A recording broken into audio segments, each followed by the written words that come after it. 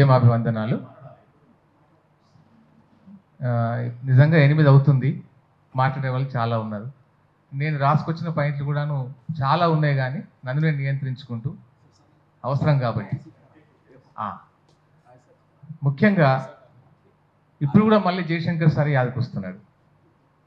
ఎందుకంటే ఆయన అందరం చూసినాం, చరిత్రలో మనం భాగస్వాములుగా చూసాం. ఉద్యమ చరిత్రలో 10 మంది ఉన్నప్పుడు స్టార్ట్ చేశాడు మాట్లాడడం, 10,000 మందితోటి మాట్లాడాడు, 10 లక్షల మందితో మాట్లాడినటువంటి చారిత్రక సందర్భాన్ని మళ్ళీ ఒకసారి గుర్తు చేసుకుంటే ఇది ఒక ఆలంబనగా మనం భావించాలి.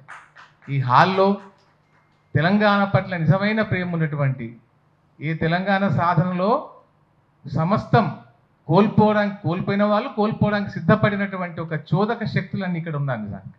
కాబట్టి ఈ సమూహమే రేపటికి మళ్ళీ మరో ఉద్యమ రూపంగా సంతరించుకోవడానికి ఇది ఒక వేదికగా నేను భావిస్తూ ఉన్నాను.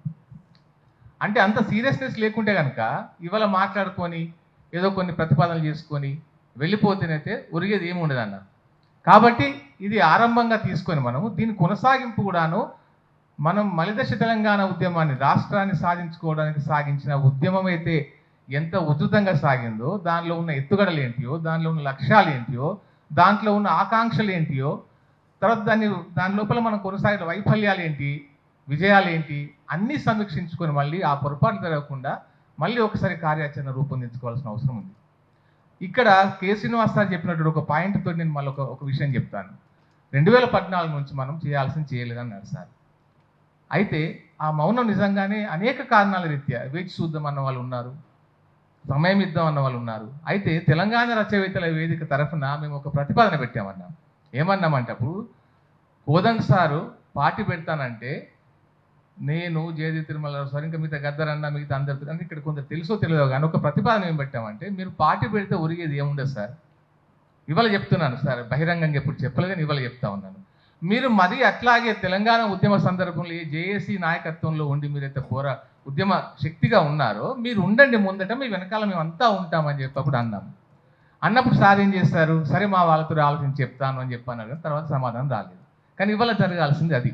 ఎవరు నాయకత్వం వహిస్తారు, ఎవరు దాన్ని ముందుకు తీసుకెళ్తున్నారు ఏదైనా కూడా ఆ గ్యాప్ ఇక్కడ కనిపిస్తూ ఉంది నిజానికి. ఆ పొరపాటు మాత్రమే ఇవాళ 10 సంవత్సరాలు వేచి ఉన్న మౌనానికి కారణంగా ఇవాళ ఈ పరిస్థితి వచ్చిందన్న. కాబట్టి దాన్ని ఛేదించాలంటే మళ్ళీ ఇవాళ చూస్తున్నాం నిజంగానే ఇవన్నీ మాట్లాడుకోవాలి. దూరదర్శన్ కానీ, ఆల్ ఇండియా రేడియో కానీ, మనదైనటువంటి రవీంద్ర భారతి కూడాను. అరే మా దగ్గర ఒక వైశ్య భవన్ ఉంది, ఆ వైశ్య భవన్లు ఏం చేస్తారంటే అన్న, నెల రోజుల కంటే ముందు ఎవరు బుక్ చేసుకుని ఎవరికి ఇయ్యరు, 15 రోజుల వరకు ఆ హాల్ని ఎవరికి ఇవ్వరు. మాకు వైశ్యులు లేకుంటేనే మీకు ఇస్తామంటారు. వెలవ సంఘం ఒకటి ఉంది, ఒక ఫంక్షన్ హాల్ ఉంది, వాళ్ళు కూడా అంతే. ఏమంటారంటే 15 రోజుల ముందు ఆ ముందు వరకు ఎవరు రాకుంటే మీకు ఇస్తాం, అంతకంటే ముందు మీకు. అట్లాంటిది మన అన్న చెప్పినట్టు రవీంద్ర భారతిలో 3 నెలల దాకా వాళ్ళకి బుక్ అయిన తర్వాత ఇక మనం ఇంకెక్కడ ఉన్నాం నిజానికి. అట్లాగే ఎక్కడికి వెళ్ళినా కూడాను ఇట్లా చర్చించుకోవడానికి చాలా అంశాలు ఉన్నాయి. ఆ ఆధిపత్యం కొనసాగుతుంది, అట్లాగే ఆ వివక్ష కొనసాగుతుంది, అన్ని చోట్ల కూడా మనం చూస్తూ ఉన్నాం. అవి రెండవది ఏంటంటే అన్న, ఇవాళ ఈ సమావేశం ఏర్పాటు చేసుకున్న తర్వాత మనం ప్రకటన ఇచ్చిన తర్వాత ఒక క్వశ్చన్ వస్తుంది బయట. ఏంటంటే ఇది సాహిత్యానికి సంబంధించిన డిస్పారిటీని ప్రశ్నిస్తున్నారా లేదా రాజకీయ కాంట్రాక్టులు అంటే ఎక్కడికి పోతారు, తెలంగాణ చెవులు వస్తారు, కాంట్రాక్ట్ ఎక్కడని చేసుకుంటారు, మరి పదవులు అని చెప్పండి, మన ఉద్యోగాలు అని చెప్పండి, ఇప్పుడేమి ఇస్తలేం కదా డివిజన్ తర్వాత, ఇట్లాంటి చర్చ వస్తుంది. మనకు కూడా ఒకటి ఏంటంటే తెలంగాణ ఉద్యమం మలిదశ ఉద్యమంలో భాష, సాహిత్యము, చరిత్ర, సంస్కృతుల పరిరక్షణ అనేది ప్రధాన భూమికగా చేసుకొని మనం నీళ్లు నిధులు నియామకాలు అనేది రాజకీయ కోణంలో ఉంచి ఆలోచించినాయి. సాంస్కృతిక కోణంలో మనం ఆలోచించినవి భాష, సాహిత్యము, చరిత్ర, సంస్కృతి. ఈ 2 పాయలుగా మనం ఉద్యమం లోపల మనం వాయిస్ను ఓపెన్ చేస్తాం, ప్రజలకు తీసుకెళ్ళాం. ఇప్పుడు కూడాను మనకు ఈ నిర్మాణాన్ని మనం స్పష్టమైనటువంటి ఒక ఎజెండాతోటి రూపకల్పన చేసుకొని సాహిత్య రంగంలో, సాంస్కృతిక రంగంలో జరగాల్సిన ఏంటి, రాజకీయ కోణంలో మనం నిర్మాణం చేయాల్సినటువంటి ఉద్యమం ఎలా ఉండాలి. రమేష్ అన్న మంచిగా చెప్పాడు చాలా బాగా. ఎందుకంటే పొలిటికల్ విల్ లేనప్పుడు మనమే దాన్ని చేయడానికి ఖచ్చితంగా అది చేయకుండా ఉద్యోగాలు వాళ్ళే ఉన్నారు, కాంట్రాక్టర్లు వాళ్ళే ఉన్నారు అని చెప్పంటే వచ్చేది ఏమి ఉండదు నిజానికి. దానికి ప్రత్యామ్నాయంగా మనం ఏ రకమైన ఉద్యమ నిర్మాణం చేస్తామన్నది కీలకమైన ప్రశ్న. సో దానికి అన్న చెప్పినట్టుగా ఇదంతా రికార్డ్ అవ్వాలి ప్రజల్లోకి. అప్పుడు ఒక పాట తీసుకెళ్ళింది, కవిత్వం తీసుకెళ్ళింది, కథ కంటే తక్కువైనా కూడా పాట కవిత్వం అనేది ప్రజల్లోకి తీసుకెళ్ళింది.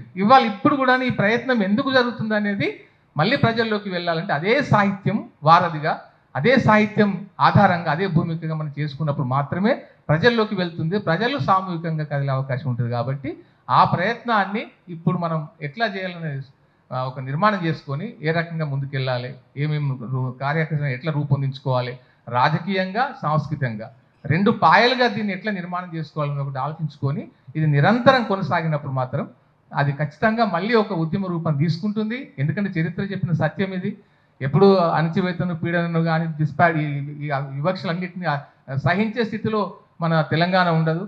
కేసీఆర్ చేసిన మొట్టమొదటి పని ఏంటంటే తెలంగాణ ఉద్యమ చైతన్యం ఎంత గొప్పదో బాగా చూసినవాడు కాబట్టి దాన్ని బొందబెట్టాలనుకున్న ముందు మొదటి ప్రయత్నం అది చేసిండు. చేసిండు కాబట్టి దాని తర్వాత ఇంతకాలం మౌనం అనేది రాజ్యం వెళ్ళింది. ఇప్పుడు అట్లా కాకుండా మనం విజిలెంట్గా ఖచ్చితంగా మళ్ళీ ఒకసారి ఆలోచించుకొని చేయాల్సిన అవసరం తెలియజేసుకుంటూ అందరికీ ధన్యవాదాలు. థ్యాంక్ యూ అన్న.